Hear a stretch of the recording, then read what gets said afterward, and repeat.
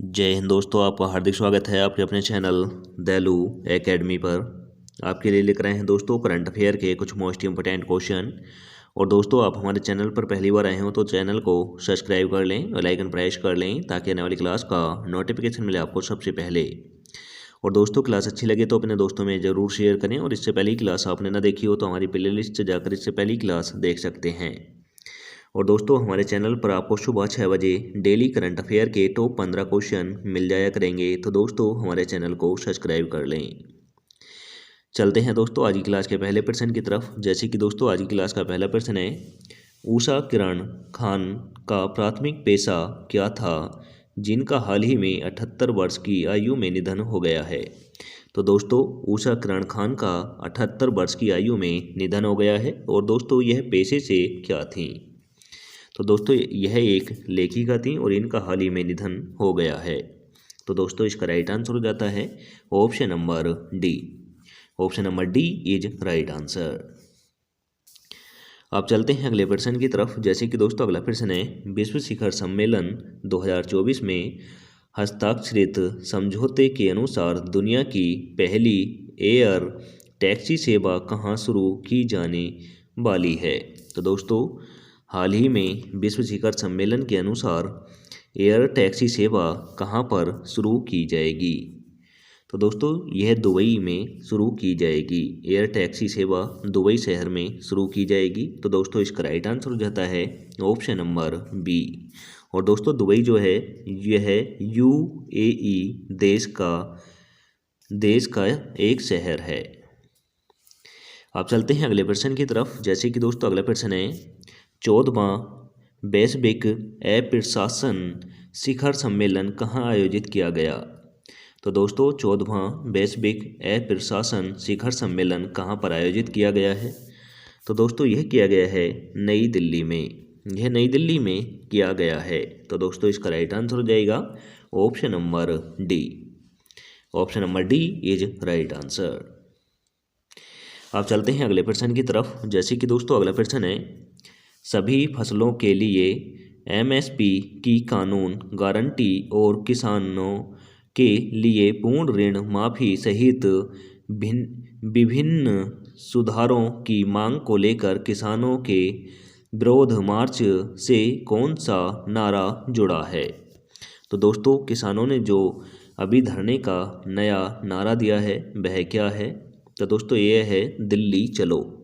दिल्ली चलो नारा किसानों ने दिया है। और दोस्तों, यह एमएसपी की मांग के लिए दिया गया है। तो दोस्तों, इसका राइट आंसर हो जाएगा ऑप्शन नंबर ए।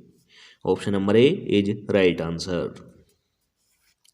आप चलते हैं अगले प्रश्न की तरफ। जैसे कि दोस्तों, अगला प्रश्न है, भारत में मेया अंतर्देशीय बंदरगाह से पहला परीक्षण महावाहक जहाज किस देश के लिए बंदरगाह को प्राप्त हुआ। तो दोस्तों, यह हुआ है बांग्लादेश को। यह बांग्लादेश को प्राप्त हुआ है। तो दोस्तों, इसका राइट आंसर हो जाएगा option number C. Option number C is right answer. और दोस्तों, बांग्लादेश की राजधानी ढाका है। और दोस्तों, बांग्लादेश की जो मुद्रा है वह टका है। अब चलते हैं अगले प्रश्न की तरफ। जैसे कि दोस्तों, अगला प्रश्न है, कौन सा देश वर्तमान में फाइन एप्पल एक्सप्रेस तूफान नामक मौसमी घटना का अनुभव कर रहा है। तो दोस्तों, कौन सा देश वर्तमान में फाइन एप्पल एक्सप्रेस तूफान का सामना कर रहा है। तो दोस्तों, यह कर रहा है संयुक्त राज्य अमेरिका कर रहा है। तो दोस्तों, इसका राइट आंसर हो जाएगा ऑप्शन नंबर डी। और दोस्तों, संयुक्त राज्य अमेरिका की राजधानी वाशिंगटन है, वाशिंगटन डीसी है। और दोस्तों, यहाँ की जो मुद्रा है वह डॉलर है। आप चलते हैं अगले प्रश्न की तरफ। जैसे कि दोस्तों, अगला प्रश्न है, किस कंपनी ने हरियाणा का पहला अल्ट्रा सुपर क्राप्टिकल फाइबर प्लांट स्थापित करने का ऑर्डर जीता है। तो दोस्तों, हाल ही में जो हरियाणा में अल्ट्रा सुपर क्राप्टिकल पावर फाइबर का जो अनावरण कर स्थापना हो रही है वह कौन सी कंपनी कर रही है। तो दोस्तों यह करेगी भेल कंपनी करेगी, यानी दोस्तों BHEL कंपनी करेगी। तो दोस्तों इसका राइट आंसर हो जाता है option number C. Option number C is right answer. आप चलते हैं अगले प्रश्न की तरफ। जैसे कि दोस्तों अगला प्रश्न है, किस भारतीय प्रौद्योगिकी संस्थान ने नैनो इलेक्ट्रॉनिक्स का उपयोग करके उन्नत स्वास्थ्य देखभाल पर केंद्रित स्वेथा परियोजना का उद्घाटन किया है? तो दोस्तों स्वेता परियोजना का उद्घाटन इलेक्ट्रॉनिक्स उपयोग के लिए किया गया है। यह कहाँ पर किसने किया है? तो दोस्तों यह किया है IIT गुवाहाटी ने। IIT गुवाहाटी ने किया है। तो दोस्तों इसका राइट आंसर हो जाता है ऑप्शन नंबर बी। तो दोस्तों स्वेता का जो परियोजना का उद्घाटन किया है IIT गुवाहाटी ने किया है, यह भी याद रखें। आप चलते हैं अगले प्रश्न की तरफ। जैसे कि दोस्तों अगला प्रश्न है, विश्व मानव आत्मा दिवस कब मनाया जाता है? तो दोस्तों विश्व मानव आत्मा दिवस प्रतिवर्ष कब मनाया जाता है? तो दोस्तों यह मनाया जाता है 17 फरवरी को। 17 फरवरी को विश्व